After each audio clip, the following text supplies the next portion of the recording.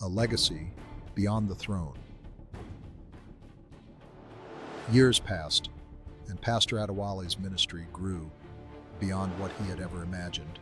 His sermons reached people not just in his homeland, but across the world. Many who once doubted his decision to reject the throne now admired his wisdom. His kingdom, though ruled by his younger brother, still held him in high esteem, and even leaders from other lands sought his counsel. Despite his success in ministry, Adewale remained a devoted husband and father.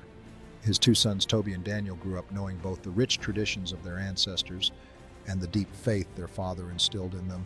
He taught them that greatness was not in power or wealth, but in service to God and humanity, giving back to his people. Though he lived abroad for many years, Adewale never forgot his people. He used his wealth and influence to build schools, hospitals, and churches in his homeland. His mother, Queen Monique, lived to see the impact of her son's work and often smiled with pride. "You were born to be a king, my son," she once told him, "but you chose to be a servant. And in doing so, you became greater than any king." Adewale only smiled and replied, "A true leader serves Mama. That is what I have always wanted to do." Trials and triumphs, life was not without its challenges. Some in the kingdom still believed he had abandoned his duty as a prince.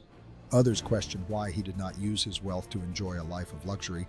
But Adewale remained steadfast in his faith and calling. One day, a major crisis struck his homeland. Floods destroyed homes, and many were left homeless.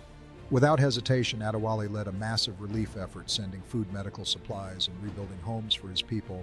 Even those who once doubted him admitted that his decision to serve in a different way had been the right one.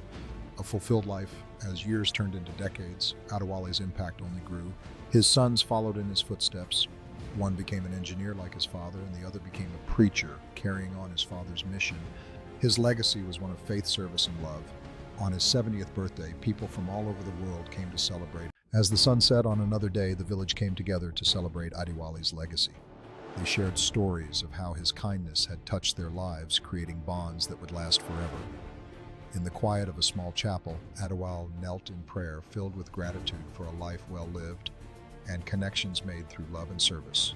His younger brother, now an aging king, stood before the crowd and said, "Adewale, my brother, you were meant to be a king, but you chose to be a shepherd. And today we see that you have ruled not just a kingdom, but the hearts of people everywhere." Tears filled Adewale's eyes. He looked around at his family, his congregation, and the people he had spent his life serving. He had no crown, no throne, but he had something greater: love, peace, and the knowledge that he had lived a life of purpose. And so Prince Adewale, the man who could have been king, remained a humble servant of God till his last days, proving that true greatness is found not in power, but in service to others.